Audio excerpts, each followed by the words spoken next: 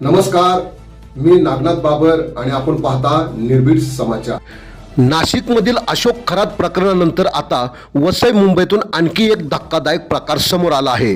स्वयंघोषित धर्मगुरू ऋषिकेश वैद्य याने अध्यात्माच्या बहाण्याने पुण्यातील एका 35 वर्षीय महिलेला जाळ्यात ओढत तिच्यावर अत्याचार केल्याचा आरोप आहे।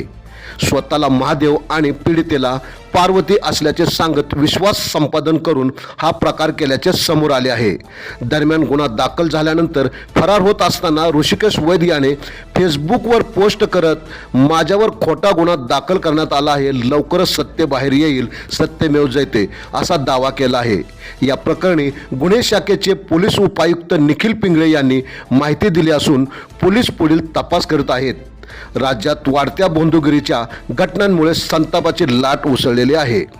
या पीडित महिलेची तक्रार अशी आहे की हा जो सोकॉल्ड महाराज आहे हा सोशल मीडियाच्या मार्फत याची माहिती प्राप्त झाल्यानंतर त्याच्या संपर्कात आल्यावरती 2023 मध्ये त्याने पुण्यामध्ये मांजरी या ठिकाणी सर्वप्रथम तिच्यावरती चुकीच्या पद्धतीने अत्याचार केला।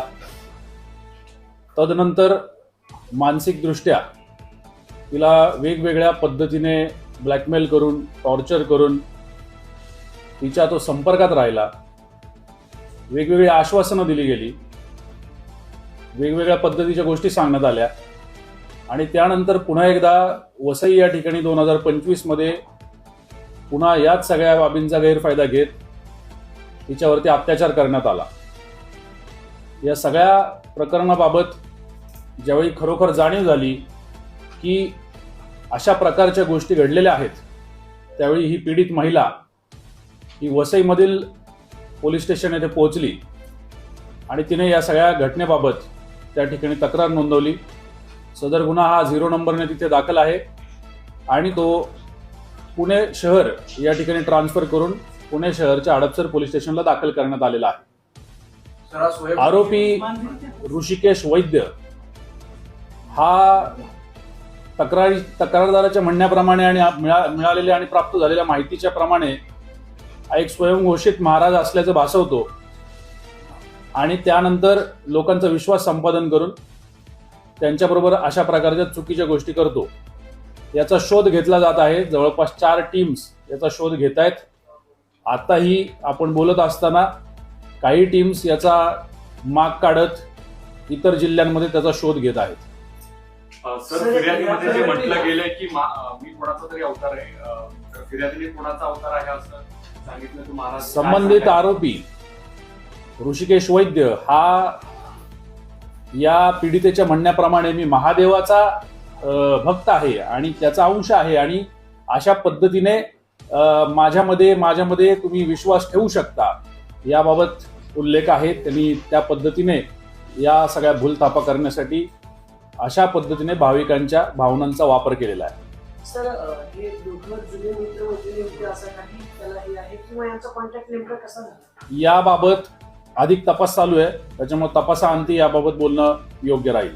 किती वर्ष संपर्कात होते काय याच्याबाबत काय माहिती सर? साधारणपणे 2023 पासून ही गोष्ट चालू आहे आणि 2026 मध्ये या सगळ्या गोष्टींच्या बाबतचा जो उलगडा झालाय त्यानंतर हा गुन्हा दाखल करण्यात आलेला आहे। तर अंधश्रद्धेचे काही गुन्हे दाखल करणार आहेत का? कारण की महादेवाचा अवतार आहे अशा प्रकारे फसवणूक केली। निश्चित कायद्याच्या ज्या काही तरतुदी आहेत त्या सगळ्या तरतुदींचा वापर करून याच्यामध्ये गुन्हा दाखल होईल। किंबहुना याच्यामध्ये गुन्हा दाखल आहे त्याच्यामध्ये या तरतुदींचा सुद्धा समावेश करण्याची बाब ही करण्यात आलेली आहे। साधारण ज्या सोशल मीडिया हँडलवरनं या सोकॉल्ड महाराजांनी सांगितले हा गुन्हा जो आहे तो खोटा दाखल केलाय, त्याला साधारण 15,000 फॉलोअर दिसत आहेत। त्यामुळे नागरिकांना तुम्ही आवाहन करणार आहात का की या बाबतीत जर कोणी आणखी फसवणूक केली असेल तर त्यांनी समोर यावं?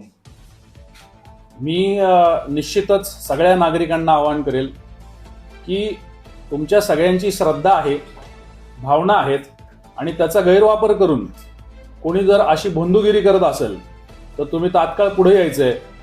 मग ते वसई या ठिकाणी पोलिसांची मदत घेणं असेल, मीरा भाईंदर असू द्या, पुणे शहर असू द्या, नवी मुंबई असू द्या, कुठलंही ठिकाण असू द्या, जिथं कुठं तुम्हाला अशा पद्धतीच्या गोष्टींची आता देखील जाणीव झाली असेल तरी सुद्धा तुम्हाला सगळ्यांना विनंती तसंच आव्हान आहे की तुम्ही लवकरात लवकर पोलिसांपर्यंत पोहोचायचंय, जेणेकरून पुढील इतर अनिष्ट गोष्टी टळू शकतील. या प्रकरणातले आर्थिक देवाणघेवाण कशी आढळते? प्राथमिकदृष्ट्या या सगळ्या गोष्टींचा तपास चालू आहे. मला असं वाटतं की अधिक तपास झाल्यानंतर त्याच्यावरती भाष्य करणे योग्य राहील. बाबाचा जो आहे ऋषिकेश पत्ते त्याच्या विरोधात एफ आय आर केली, पण आपल्या बेसिकमध्ये असं काही आले का अजून त्याच्यासोबत कोणी साथीदार आहे किंवा महिलेने? त्याचा तपास चालू आहे. मी आता ते बोलणं योग्य नाही. काही गोष्टी ज्या आहेत त्या कॉन्फिडेन्शियल आहेत, त्याची आता वाच्यता करणं योग्य ठरणार नाही. सर महिलेला ब्लॅकमेल केलं म्हणताय तुम्ही, सर ऐकतोय महिलेला मी. ब्लॅकमेल केलं असं म्हणताय, यामध्ये महिलेकडून काय पैसे वगैरे उकळलेले आहेत की फक्त?